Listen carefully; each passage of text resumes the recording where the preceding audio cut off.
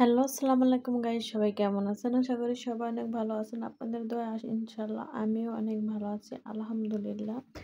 তো আমি আবার একটা ব্লগ নিয়ে আসছি, কারণ আপনারা হয়তো অনেকে আমাকে গিয়ে বলেন যে আপনার কুকিং নো গুড।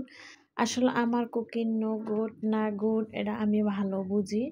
তো মানে আমি রান্না করি হচ্ছে আরবিদের রান্না, কারণ এগুলোর ভিতরে এই যে দেখতে পারতেছেন এটি হয়েছে আঙ্গুল পাতা। আঙ্গুল পাতার ভিতরে ভাত বইরা দিয়ে বইটা এরকমের করে রাখছি, পরে সিদ্ধ দিয়ে দেখতেছেন চাল।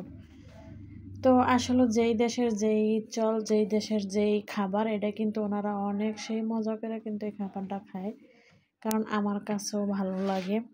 আর যারা খায় না তারা বুঝবেন না, যারা আরবি কান্ট্রিতে থাকেন তারা অবশ্যই বুঝবেন খাবারের মর্ম কি। এই যে দেখেন পাতাকপি, পাতাকপির ভিতরেও কিন্তু আমি ভাত বইরা দিছি। তো এইটারে বলে হয়েছে আপনার মালভোগ।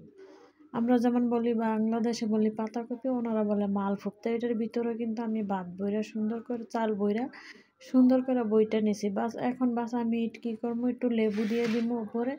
আমি সাজায় নিছি সব কিছুই, কিন্তু আমি লেবু দিয়ে দিব। লেবু দিয়া পরে হইছে গিয়ে আপনার মাপ মতো একটু পানি দিয়ে দিব। পানি দিয়ে বড় একটা ঢাকনা দিয়া ঢাইকা সুন্দর করে, যেন ঢাকনাটা যেন একটু ওজনের হয়, এরকমের ঢাইকা দেবো, যেন কোনো ফাঁক টাক না বাইরে দিতে পারে।